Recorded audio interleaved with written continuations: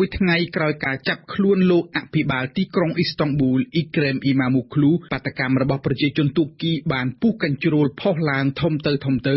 នៅតាមទីក្រុងធំដើម្បីប្រឆាំងនឹងអំណាចផ្ដាច់ការរបស់លោកប្រធានាធិបតីអេរដូហ្គានជាចលនាបាតកម្មប្រជាជនដ៏ធំបំផុតនៅទូគីបើគិតរាប់ចាប់តាំងពីចលនាហ្គេស៊ីនៅទីលានតាក់ស៊ីមកណ្ដាលទីក្រុងអ៊ីស្តង់ប៊ូលកាលពីឆ្នាំ2013គិតត្រឹមថ្ងៃទី25មីនាអាជ្ញាធរទូគីបានបញ្ជាក់ថាគេបានចាប់ខ្លួនមនុស្សចំនួន1418នាក់ដែលសុទ្ធតែជាអ្នកបានចូលរួមនៅក្នុងការជួបជុំធ្វើបាតកម្មដោយខុសច្បាប់ហើយបន្ថែមពីនេះតុលាការក្រុងអ៊ីស្តង់ប៊ូលបានសម្រេចឃុំខ្លួនបណ្ដោះអាសន្ននៅអ្នកកាសែតជនជាតិទូគីចំនួន7នាក់ដោយចោទថាបានចូលរួមធ្វើបាតកម្មក្នុងចំណោមអ្នកកាសែតទាំង7នាក់នេះគឺមានឈ្មោះយ៉ាស៊ីនអាគូលជាអ្នកថតរូបដែលជាបុគ្គលិករបស់ទីភ្នាក់ងារព័ត៌មានបារាំង AFP អង្គការនារីការគ្មានព្រំដែនបានបរិហារថ្កោលទោសការសម្រេចរបស់តុលាការទូគីដែលវាឆ្លុះបញ្ចាំងអំពីស្ថានភាពដ៏អាក្រក់និងធ្ងន់ធ្ងរបំផុតស្ដីអំពីសិទ្ធិមនុស្សនៅទូគី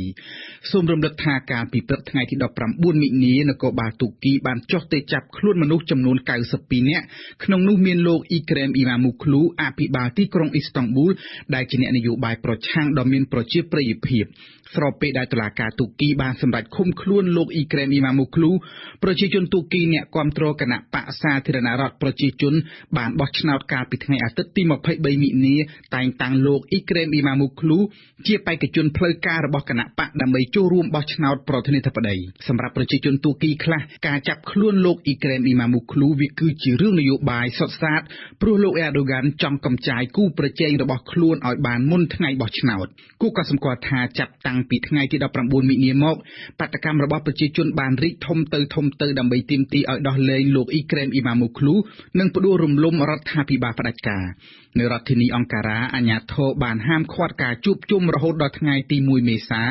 រីឯនៅទីក្រុងអ៊ីស្មៀទីក្រុងធំទី3និងជាតំបន់សម្បូរទៅដោយអ្នកគាំទ្រគណៈបកប្រឆាំងអាជ្ញាធរបានចេញបំរាមហាមការជួបជុំរហូតដល់ថ្ងៃទី29មិនិនានៅអ៊ីស្តង់ប៊ូលវិញអាជ្ញាធរបានចេញបំរាមហាមជួបជុំតាំងតែពីថ្ងៃដំបូងតែបាតុករកាន់តែច្រើនម៉ឺននាក់បានចុះផ្លូវជួបជុំគ្នាបើទោះបីជារងនឹងការបង្ក្រាបយ៉ាងហិង្សាពីសមត្ថកិច្ចពីទីក្រុងហ្សឺណែវថ្ងៃទី25មិនិនាលោកស្រី Liz Rossell អ្នកនាំពាក្យឧត្តមស្នងការសិទ្ធិមនុស្សនៃអង្គការសហប្រជាជាតិបានថ្លែងការបារម្ភជាខ្លាំងអំពីស្ថានភាពនៅទូគីក្នុងនាមអង្គការសហប្រជាជាតិលោកស្រីបានអំពាវនាវឲ្យអាជ្ញាធរទូគីបើកការស៊ើបអង្កេតឲ្យបានត្រឹមត្រូវនិងយុត្តិធម៌បំផុតចំពោះពាក្យចោទប្រកាន់ដែលថាសមត្ថកិច្ចនគរបាលទូគីបានប្រើកម្លាំងជ្រុលហួសហេតុនិងដោយខុសច្បាប់នៅក្នុងការបង្ក្រាបបាតកម្ម